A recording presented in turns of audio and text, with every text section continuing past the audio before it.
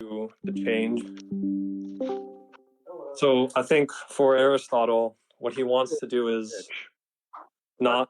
Wait 1 second. We can't. Oh.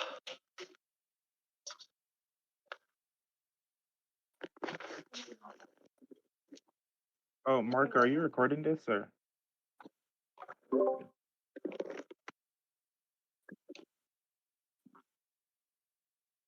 Yeah. Okay, so you don't mean to insult useless now if you're going to be recording something. I can respect. Wait, just be quiet. It's a one. This is like a. Shut up. Actually. No one cares what the fuck you have to say, bitch. Okay, go ahead.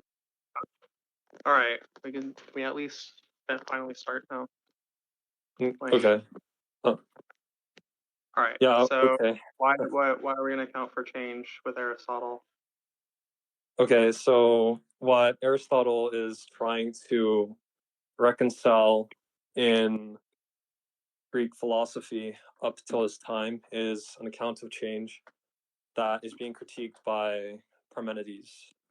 And I think I'm assuming you're familiar a bit with, like the Parmenidean attitudes towards being and non-being, such that we can only really, so we can only really think of being, and non-being is this complete ineffability that really doesn't even make sense. And what Parmenides is saying is that what change involves is that something comes to be from what is not. And so what is not being. But being and not being isn't even coherent. We can't even make a coherent account of change. So we can take an example like an acorn. And an acorn, grows into an oak tree. But the oak tree was not yet. It didn't exist. But from non-existence comes non-existence. We can't get existence from a non-being. And so what Aristotle is wanting to do is say that, well, it's not that the oak tree really has no existence. It's that there is this existence in a way that isn't quite actual like the acorn is, but has this potentia, right? That can be actualized by the constitution of the acorn and such, right?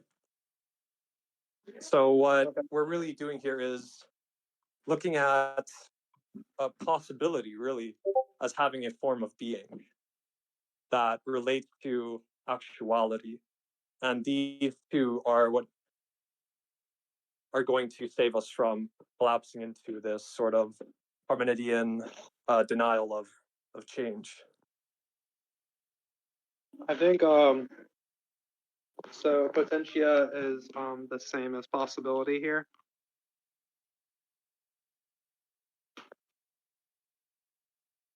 Yeah, so I guess we can look at them related that way, right? And we could say that possibility is possibility really the same as non-being, because for a lot of people it really isn't the case that it's not completely non-being, but it's being that may as well be but not be. What does that even mean? So it's being be and not be. So do you mean like that being isn't actualized?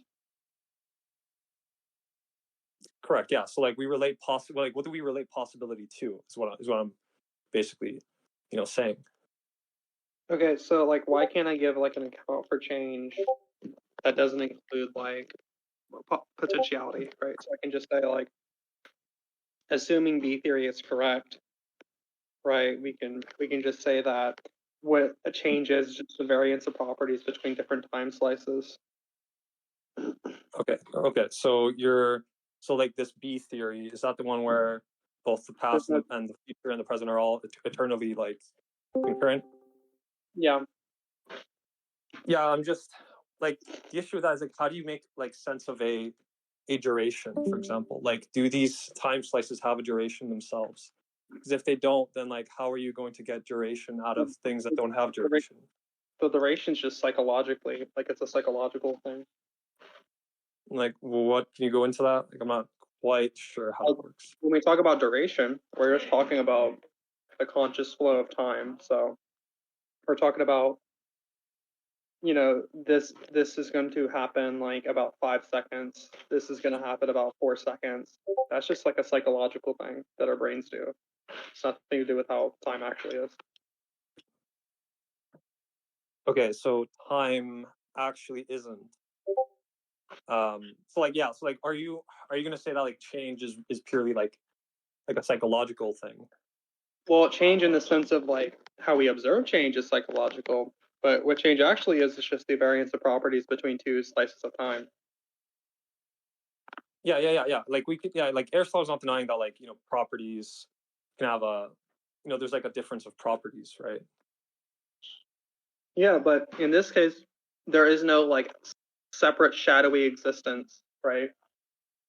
So in this case, there's no over here, apple. We have apple seed, and then there's apple seed potentia at time slice A, and then at time slice 2 we have apple seed, and then apple tree actualized, right? So apple seed potentia, actual tree, apple actualized, right? And everything just exists. Yeah. It's like everything just like exists at the same time. Well, they exist in different. They exist in like a 4-dimensional plane would be like more, but yeah, they exist all. They're all equally present. Yeah. So like, I'm like, I'm having trouble like kind of like making a picture of this though. Okay, so imagine, right? Imagine we have a line. We have like 3D lines, right? And then we have a fourth line, and that fourth line is time. And instead of the fourth line, there's a linear procession from that fourth line, right? So instead of fourth line to fifth line to six, instead of fourth line at T1 to T2 to T3 to T4, right? T1, T2, T3, and T4 all exist equally upon the same line.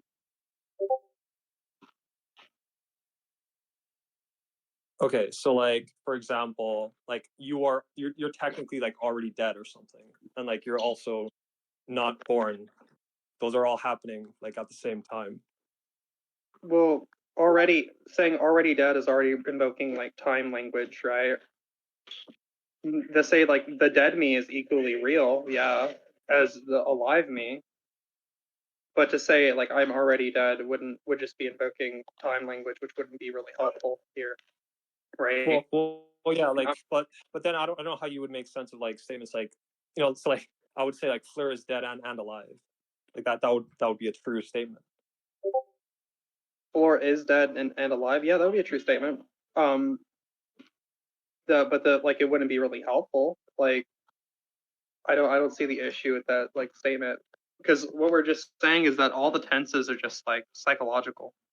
So any of the tenses, when I say like Fleur is dead at time 3 and Fleur is alive at time 1, it just all you're saying is when you're saying Fleur is dead and alive, on the same line I'm dead and alive, right? But at T1 and T2 I have different states.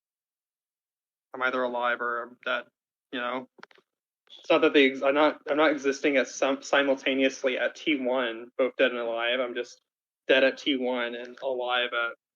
Yeah, but like, what would constitute your identity, like on this view? What constitutes my? There's like several ways we can take like a Perdurantist view and just say my identity is whatever my continuance of like temporal parts is. So when I say like I have some essential parts, and then there's like some temporal parts, and an essential part would be a part that that if I didn't have it, I wouldn't be me, and then we, all those parts are temporal because they all exist in continuous with me. Okay, so we have so we have like this line, right? And what constitutes like the identity of Fleur, right? Is it like the entirety of that line together?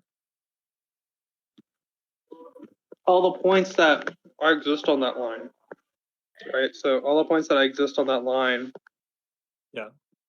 Plus, like, and I assume like some essential characteristics of me, but all the points that exist on that line would it be me, right? Yeah, so like all the points on that line would be you, would not be you. Okay, sorry. So I'll give you an example. Let's say I exist at T1, right? Yeah.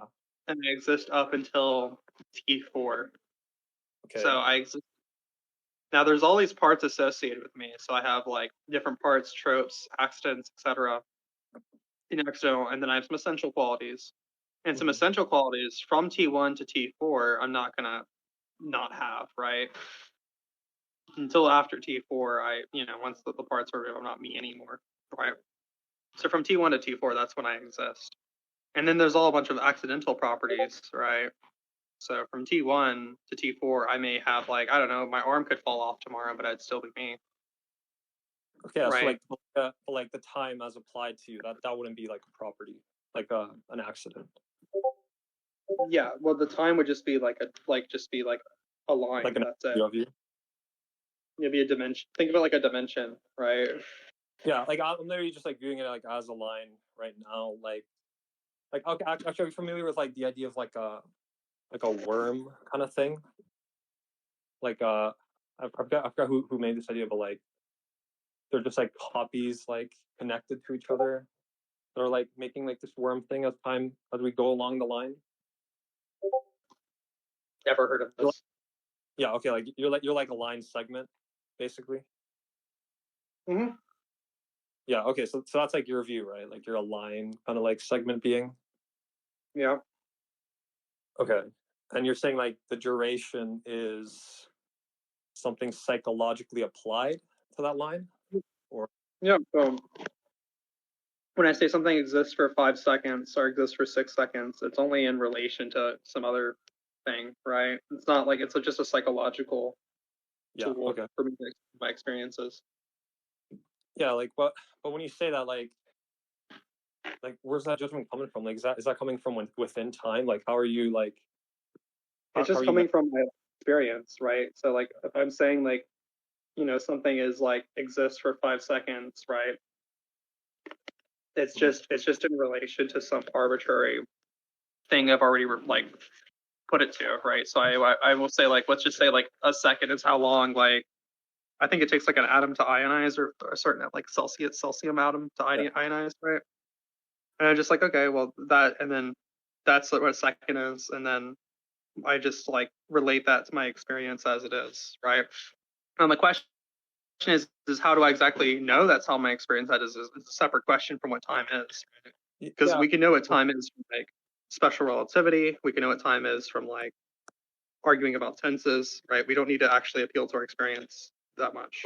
Yeah, okay. Yeah. So like from this line segment, and you're saying so like the duration is not like accumulation of those like parts on a line segment though, is duration is just psychological. That's all I said. It's like a what? Sorry. It's psychological. That's all it is. It's just the psychological experience of some degree of time. It's just just a phenomenal thing. Like when I take of like duration, I assume that that's going to be a measure of something, right? So like a measure of 5 hours or 5 minutes or 5 whatever. Yeah, but it's not a real measure, right? Like 5 hours, 5 minutes, 1 second are all just like some arbitrary those are like metrics that qualify to our experience. Yeah, those are conventional, sure. But like the thing is that like if we take so from A to B, that's like a Fleur duration, right? Mm-hmm. And can we like divide that in half?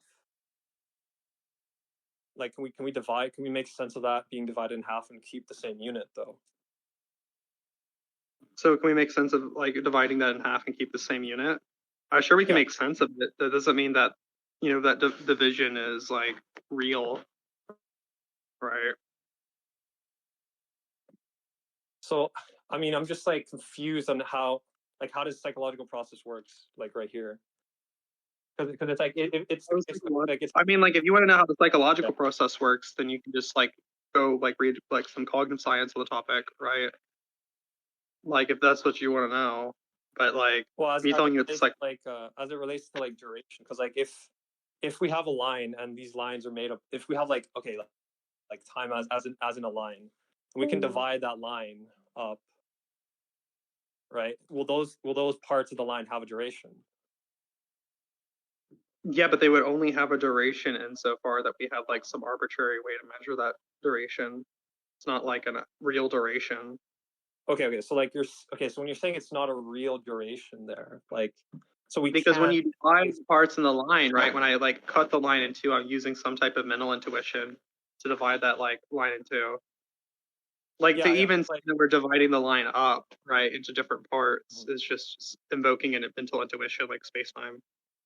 Yeah. So like what this reminds me of is kind of like okay, so I think you're familiar with like Zeno's arguments, about motion in terms of like, from moving from A to B, we need to move, half a step, right? But we also have to move half of a step to get half a step, and so on, right? Mm-hmm. And the thing is that if we have to do that, then we'll never get to A to B. We'll never get to the end of the line if all these divisions have to be actual. But like if you're saying they're not real divisions, but we can divide them, like in what sense? Like only. I said only insofar that intuition divides them. That's it. Yeah, Like, right. Yeah, but that sounds, that does sound like a bit of how Aristotle would kind of go about it, because he would say that the line is potentially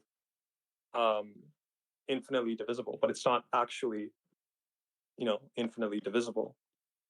what does that even mean for the line to be potentially infinitely divisible? So like how you're saying that we can just like do like these arbitrary measures, but the point is that for us to do that, we actually have to choose a measure to do, right? We can't, we eventually have to make a first move. So yeah. we can't remain in this like, state of just pure possibility, pure potential, because then we would never actually have this duration. So to make sense of, we don't actually have the duration. That's what I told you. There is the duration is real. That's what I've been telling you the whole time. right, but then like if you have no duration, then like there's no amount of time that you're alive. Yeah, well, I told you the amount of time that we're alive is just not even, it's not even a real thing, right? Like, what is it, like, to say the amount of time I'm alive would imply that it would already assume a theory, right? It would just say like, oh, well, I've existed for this amount of linear procession of events. So yeah, there is no amount of time I'm alive. It's just the amount I've arbitrarily like set. Okay, but like I just don't know what it means to say you've never had any, like if we're gonna say something was okay, like if I were to say a statement like, the Jurassic period lasted from around X to Z. I'm giving a duration of time there, right? And if it's just the case that there is no duration, then in what sense has it ever existed? What sense? It just existed insofar as it existed at those points on the line, right? But those points on the line are just arbitrary, right? They're just useful fictions for us to like better work through the world. Yeah, but it just sounds like the way we're carving about these useful fictions. I don't know what would be incompatible with like an act potency distinction there, when we'd say we can potentially carve it up in this way, but for it to actually, for it to have a duration. Because saying we can potentially already is like invoking. So like when you say like act potency, like when we're already like, I don't even know what it would mean to like for the line to exist in potency. Well, it's just like the way we cut it, right? What do you mean the way we like? And yeah, like so this line thing, right? So this line segment, right? For it to have a duration, like we need a sign. It has to have a unit. It has to have like a unit of time, right? Yeah, but if we're talking about potency, you would have to imply that anything that would come to exist in potency would be real. But I told you the thing that comes to exist isn't real. Well, like what do you mean by real here? What I mean, like instantiated in reality, like actually like corresponding or obtains in reality in some way. Is mind independent? Obtains in reality. Yeah. Like if we look at, no, I'm not even quite sure if like we necessarily need to be. We can't be like idealists about this either, though.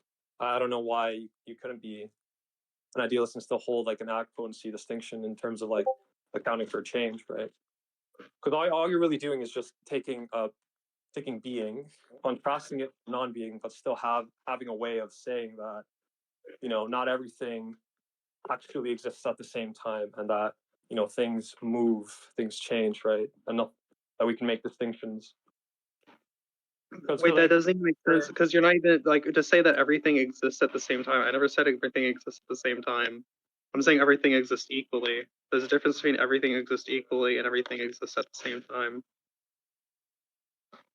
Yeah, but like if everything okay, so when you say everything exists equally, and you're saying that there's no like everything is like every moment, past, present, and future is equally real. Okay.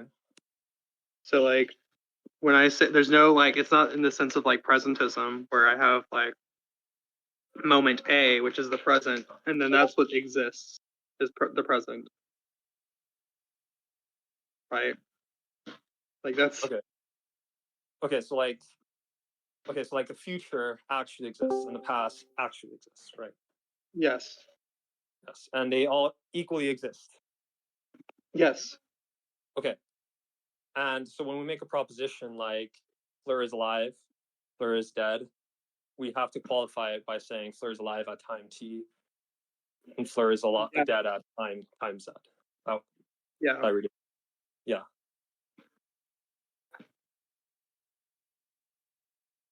Yeah. Okay. And I'm just wondering, like, when you have an account of change here, like, are you moving from one time to another? Like, is that the thing that's changing?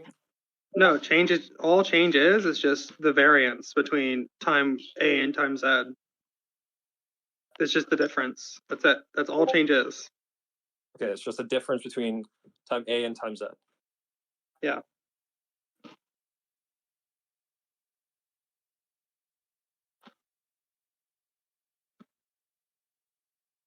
Okay.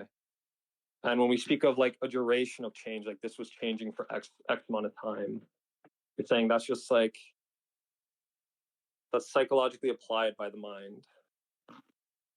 But yeah, it's not like there's like this linear like experiential change. It's just we have time A, we have time Z, right? And there's just a difference between the two moments. It's not like things are changing or like becoming and then they are, right? It's just like things just are, and then there's like, between two moments. Like, there's so there's no like actual like becoming, like nothing really becomes another thing. Yeah. Right. So nothing becomes anything. Yeah, it's just that when we say that something is, we just say that between point A and point B, there's a difference. So when we say there's a change, there's a difference between point A and point AB. Okay, but like, if you're saying nothing becomes, then nothing ceases too. Nothing ceases? Well, something would only cease in the sense that there's a lack of some type of essential property at a different point. So if between, I don't know, point Z and point D, something loses its essential property, then it ceases. Okay, so like, but when you say it loses it. Yeah, it just means when I say loses it, I just say there's a difference. So between point A and point C, something just doesn't have that property. So, and point C doesn't have that property, and point A it does have the property. Yeah, but then everything would, but then like everything would lose and gain stuff, like everything just loses and gains stuff. Yeah. Right. So like you right now, like I would say you are gaining and losing, like you've gained and lost, like your weight. You've gained and lost practically everything, right? Yeah. So like, between point A and point B, I do have a difference in weight.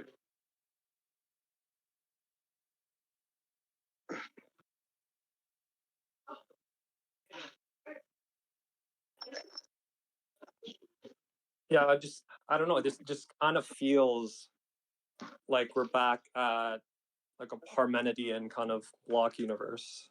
Everything just like everything like just exists. There's just being. Yeah, I don't see the issue with the block universe here, so I don't see the issue. Well, because like everything just is like that's the only thing that is. Yeah, there's a block universe. I mean, Parmenides would go probably beyond the block universe, right? So I mean, like, I'm not even go. I'm not really the block universe. He would just end at like just being like. Yeah, I don't. What's the issue? I mean, if anything, my theory is more parsimonious than yours because you have to imply like two different kinds of existence. I only have one kind of existence. It's just an act. Yeah, but like, what your existence is just like like the way you're partitioning your being is there's being at time t and then being at time x, y, z, right? Yeah. But I don't see how that would be much different than just saying there's being an act and being potency.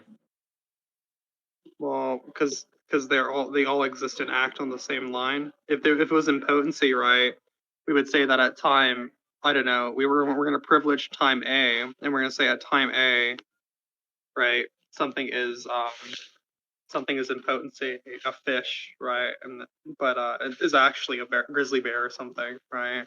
So we're privileging time A. This I don't even need potency, right? All potency would just mean at time 3, right? At time 3, it's different, right? It's not even talking about like a potential, right? It's not talking about like a separate shadowy existence. This thing's already in act. It's just in act at time 3. Yeah, but like okay, you're just saying it's already actual. Like it's already actual. Yeah, just at time 3, it's actual. Okay. So like, where is time 3? Because it sounds like you're making you're so analogizing. like we have a first, we have one dimension, right? We have a horizontal, we have a vertical axis, and then we have depth. Yeah. And then time 3 would just be a fourth dimension. It would just be a fourth line. So like the fourth line, we were just gonna like it's just gonna be a fourth line. You know how like I get that. Yeah, geometry you're works? like analogizing it to space, right? Yeah, it's like a type of space, kind of similar to space. Yeah. Well, I'm not sure in quite what way it's going to be meaningfully like distinct from just like another spatial dimension we just don't have access to. What way is it going to be distinct from a different spatial dimension? It I mean, seems like would that. know that. I mean, like I already think that space and time in terms of intuitions are basically like conjoined. So I mean, I don't see like a Kantian kind of intuition, like an inner sense and then an outer sense. Yeah. Okay, and duration is just like psychologically like we apply it. Yeah. But nothing really has duration. Yeah. Okay. But so nothing actually has duration, but when we speak of something existing for this amount of time, it's really like that. That's a true statement. Like, yeah, well, I mean, like, true in what sense? It's just true in the sense that like we have some like norms associated with asserting the sentence. That's it. Like, I'm not even like, why would I say like it's true and it corresponds? It doesn't correspond, but I'm not a correspondence theorist. So it's fine, but it's like nothing actually has a duration. yeah, like, and but like for something to exist, it has to exist for some amount of time. Yeah, and all that duration really is that between the 2 points, right? Like, yeah, but like, I'm saying that's not actual. Like the distance between the 2 points isn't a real thing. So like it can't even have a duration there. Yeah, like I mean, like, but like it would be true that it has a duration, just insofar as there's like some reason to assert the claim. Okay, and like what would be the reason to assert that anything has a duration? Which is just like a useful fiction, like where we can like say like it corresponds with our intuitions in some way, like our mental intuitions. We there's some like it governs the way that we do it. It falls in some of the norms that we do inquiry with, right? So many reasons to assert the claim.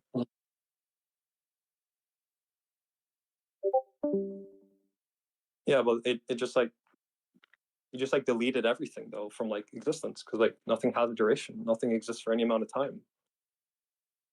Yeah, and like, why is that a problem? Then nothing would exist. I mean, they do exist, just not in the same sense, like just only in like so far that there's like some psychological way of like comprehending their existence. I don't see an issue. Yeah, so like when we talk about like, hey, there's a psychological way of like, apprehending their existence. Yeah, it's just like all we say is like when something exists, it's just like I have arbitrarily like sorted out some properties between 2 points on a line, and those points are also arbitrary. Right, but you, so like when we talk about like you, like Fleur, like, do you exist for an amount of time? Mind independently like exist, like in the sense of like I exist as like a distinct like particular, like a distinct like no. Well, like, Right. is it true that Fleur exists even if Fleur doesn't like propose an amount of time she exists, for example? Is it true that I exist even if I don't propose? No. Well, yeah. I Yeah, mean, like, what are you talking about? So, like, are you saying like, do I exist insofar? I mean, I would just say existence is just some like norm. Like, it just means that we ought to bring it up for like discussion or like ontological. Like, we ought to ontological commitment to it. So, I just when think I like if I ought to ontologically commit to myself existing, then I exist. yeah, I would say that existence is like actually like the poorest of our categories, and it's just the minimal we can even attribute to anything for it to not be nothing. Well, no, I would just say like existence is even like really like a descriptive thing. It's just like it's a normative thing. It's just like, oh, we have some ontological discourse of things that we commit, like we should like introduce into like our, I don't know, given subject, right? And then we just say that those things exist if we ought to commit to them existing. Yeah, no, I'm just saying like existence is the least you have to attribute to a thing for it to not be nothing. Okay, and like it would only be nothing insofar as there isn't just some like there isn't like some given like system of entities that we use to describe things with, right? Yeah, but like when I think of something like what I would take, I don't even know if I don't even think it's like sensible to take to speak of nothing really, but I think logical impossibility is the closest approximation we can kind of make an intuition of. So Okay. like being is basically like, I guess like from an indefinite being we get to being contingent. Okay.